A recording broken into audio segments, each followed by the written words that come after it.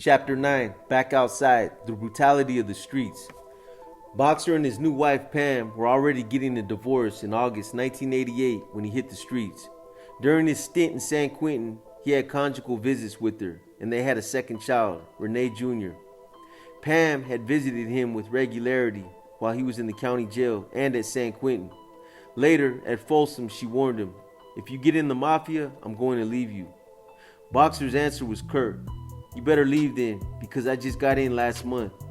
Eventually, they agreed that she had custody of Renee Jr. and Boxer had custody of their older son, Bobby, who was really raised by his grandparents, John and Lupe Enriquez. On parole, Boxer moved in with his father, who was now divorced and had a house in La Puente. And another relative helped him get a job working construction for $8 an hour. John Enriquez still quietly hoped that his son would choose a normal life, a respectable life. It wasn't going to happen. Boxer asked his father if he could have a few friends over for a barbecue. John Enriquez asked if they were good guys. "Yeah," he answered, "they're good guys, Dad." In his world, they were. We have our own standards and expectations that govern our behavior. Brutality is lauded. A brother is considered a good man because he has committed acts of violence for the Mexican mafia. He's not a snitch or a coward. He's a stand-up guy. What the regular world condemns, we praise. Your best friend comes along and brothers vote him out. Even though you like the guy, you gotta whack him. It was a bizarro world where right was wrong and wrong was right. A world where cold-hearted killers capable of the most vicious crimes were considered not only normal but good guys. Soweto Shy, Shryak, Rocky Luna of Big Hazard, and Jesse Pelon Moreno of Norwalk, all recently paroled good guys, came to Boxer's barbecue. They were having periodic meetings trying to get organized. They knew they needed to put the Mexican Mafia's name back on the streets, where it had been relatively dormant for more than a decade. In the late 1970s, the prominent mafia killer Mundo Mendoza had become a government informant, witness, and helped lock up dozens of influential brothers for long prison terms, including Joe Morgan, Alfie Sosa, and Wedo Shy. The organization continued to be a true criminal meritocracy in which a member's influence grew with the volume of blood he extracted from his victims.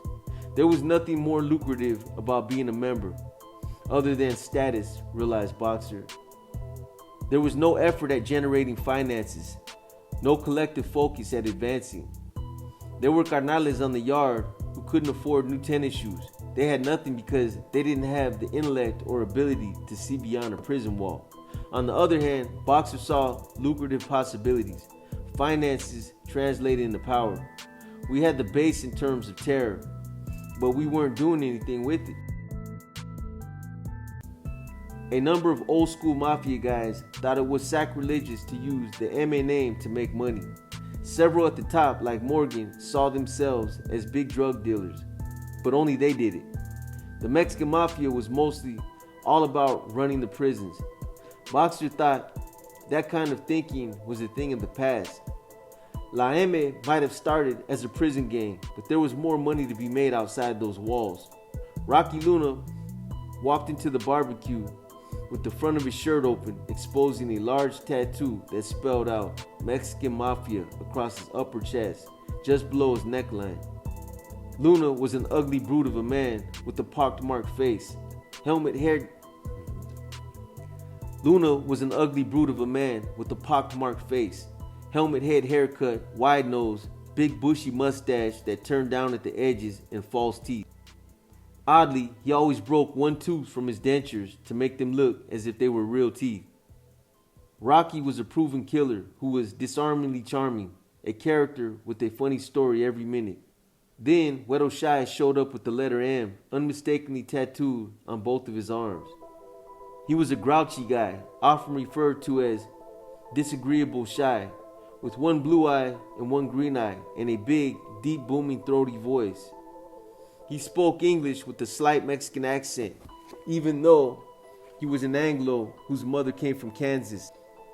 Shy had a little too much to drink and warmed up to Boxer's father, calling him carnal this and carnal that.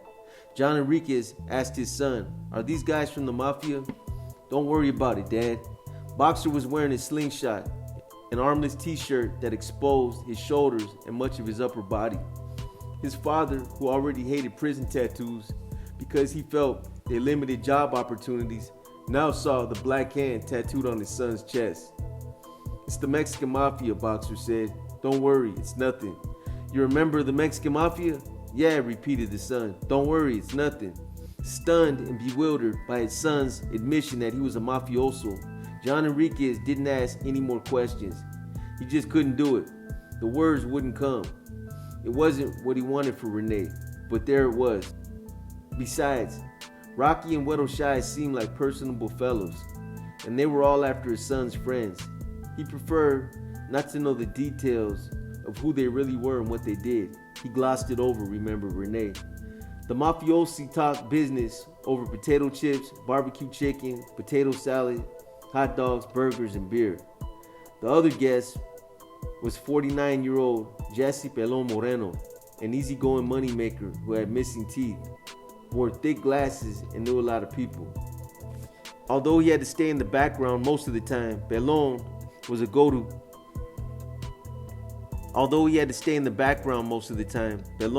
go-to guy who served as La M's de facto commissioner out on the streets. Weddle Shy and Rocky had introduced him to Boxer, and Pelon had agreed to put Boxer in touch with the mafia heroin supplier so that he could run his own drug sales operation on the streets. Weddle Shy and Rocky also set him up with a two-man crew of camaradas and asked him to supervise the robbery of some drug connections.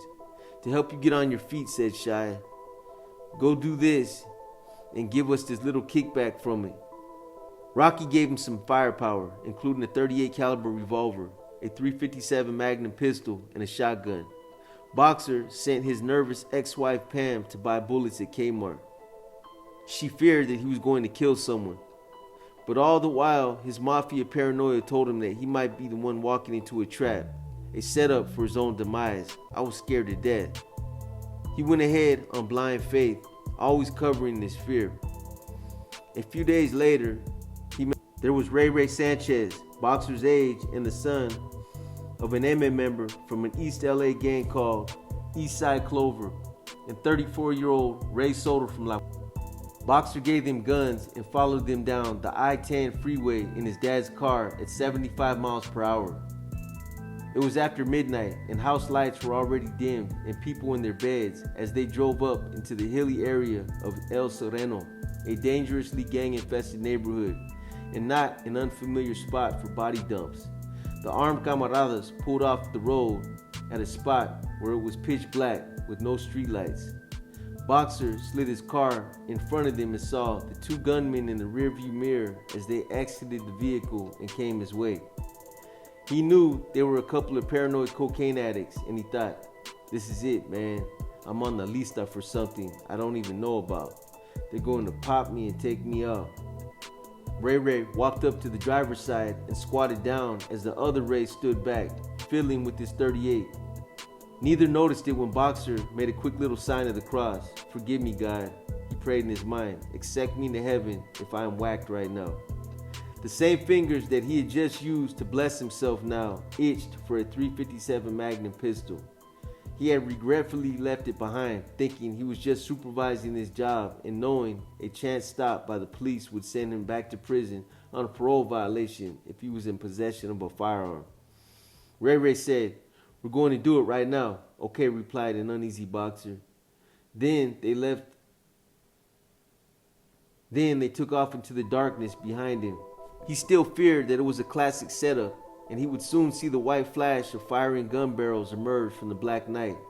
It was a long 5 minutes before the Rays appeared with a bag full of cash, about $2,000 worth, and handfuls of jewelry. "Follow us," one of them said, and the two-car caravan went off to split up the money. The shakedown robbery was a success. Boxer got 50% of the take and took out a taste for Rocky and Weddle Shy. Rip-offs like that became a lucrative pattern. He still worked his construction job, but at least once a week he had a crew kicked indoors and robbed drug connections. They took cash, guns, jewelries, and VCRs. They even knocked off a few jewelry stores, a big boy restaurant, and a gas station along the way. A new generation of gang members and dealers on the streets lacked a full knowledge of the Mexican Mafia. Boxer knew they still had to reinstall terror and flex muscle. We were putting the fear of God back into everybody. We were going to make our names known.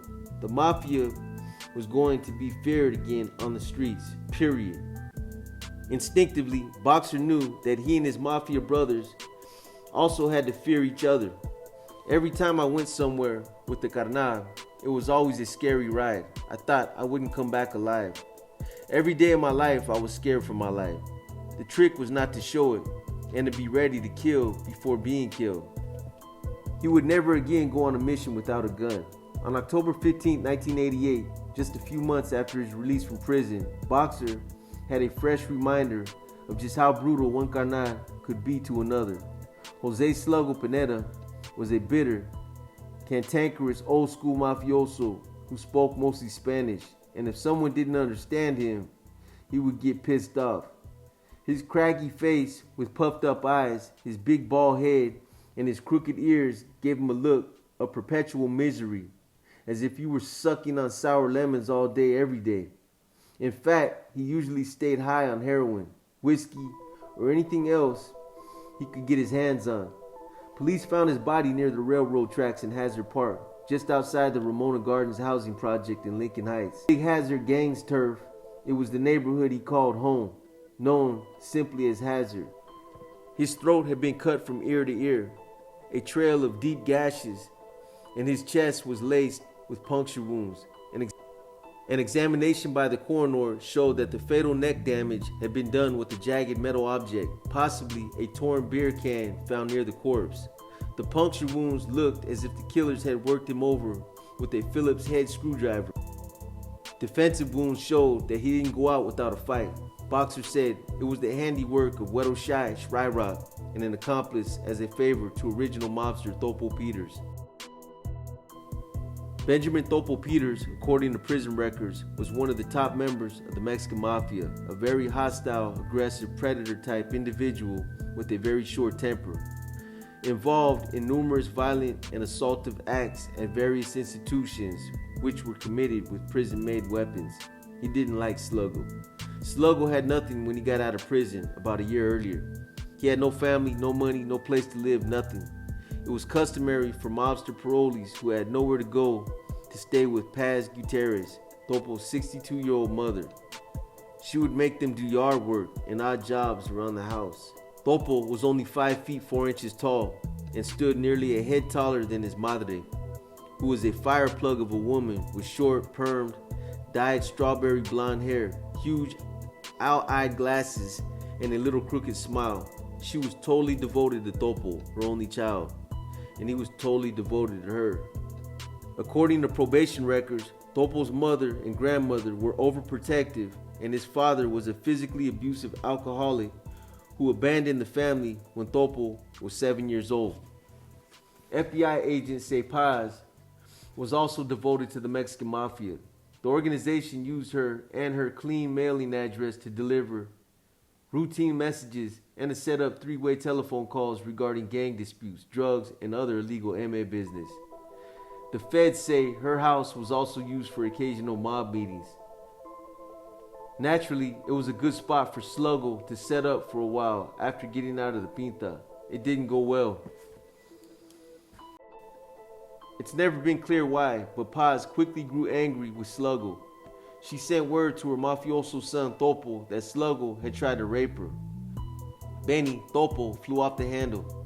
This motherfucker tried to rape my mom after I put him in the house. I'll kill that son of a bitch. Topo started sending out huilas that ordered Slugo's death. Not wanting to get on Topo's bad side, others agreed without question that the job had to be done. Then, as Carnales dropped by Paz's house to follow up, her story grew a little softer. She claimed Slugo had simply come on to her, and later she changed her story again, saying Slugo had raised his hand back to hit her. There were 3 different versions of the story. Boxer, for one, thought it was lame. It all sounded stupid. Meanwhile, Slugo had no idea what was going on. He moved out and was sleeping in abandoned cars in Hazard, doing crack, living like a bum, and wondering why young gangsters in the neighborhood were beating him up and shooting at him. The guy probably didn't even know there was a green light on him until Weddle Shy came to click off his life.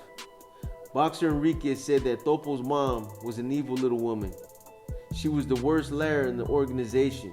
Arguably, she caused more murders than all of us. So many people got killed for stupid stuff like this. It's a repetitive theme in the mob. Guys get whacked for nothing. It's a cannibalistic organization that will eat its own. That's what it does.